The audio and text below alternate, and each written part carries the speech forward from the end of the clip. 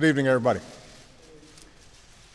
Tonight, after nearly 100 years of talk and frustration, after decades of trying and a year of sustained effort and debate, the United States Congress finally declared that America's workers and America's families and America's small businesses deserve the security of knowing that here in this country, neither illness nor accident should endanger the dreams they've worked a lifetime to achieve.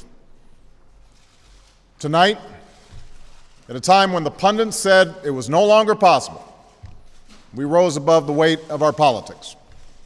We pushed back on the undue influence of special interests. We didn't give in to mistrust or to cynicism or to fear. Instead, we proved that we are still a people capable of doing big things and tackling our biggest challenges. We proved that this government, a government of the people and by the people, still works for the people. I want to thank every member of Congress who stood up tonight with courage and conviction to make health care reform a reality.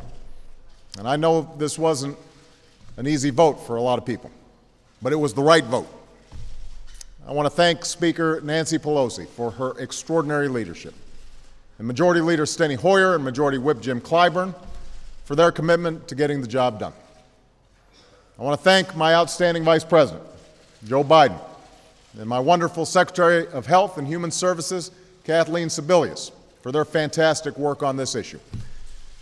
I want to thank the many staffers in Congress and my own incredible staff in the White House, who have worked tirelessly over the past year with Americans of all walks of life to forge a reform package finally worthy of the people we were sent here to serve. Now, today's vote answers the dreams of so many who have fought for this reform.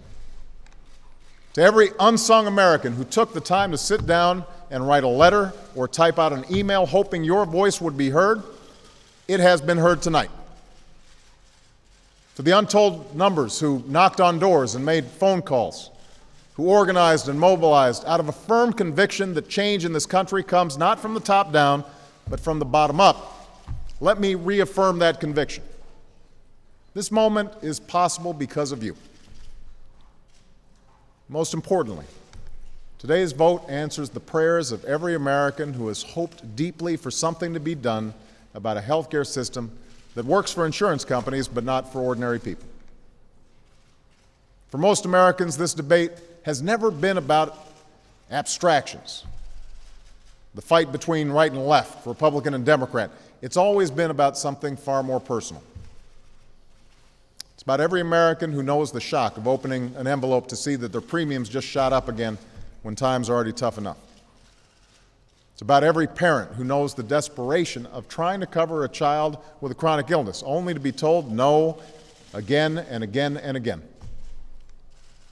It's about every small business owner forced to choose between insuring employees and staying open for business. They are why we committed ourselves to this cause. Tonight's vote is not a victory for any one party. It's a victory for them. It's a victory for the American people. And it's a victory for common sense. Now, it probably goes without saying that tonight's vote will give rise to a frenzy of instant analysis.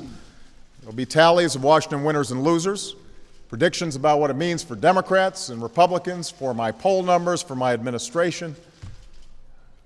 But long after the debate fades away and the prognostication fades away and the dust settles, what will remain standing is not the government-run system some feared or the status quo that serves the interests of the insurance industry, but a healthcare system that incorporates ideas from both parties, a system that works better for the American people.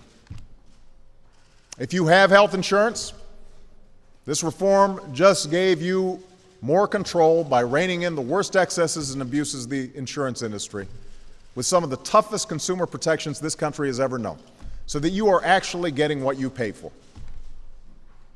If you don't have insurance, This reform gives you a chance to be a part of a big purchasing pool that will give you choice and competition and cheaper prices for insurance.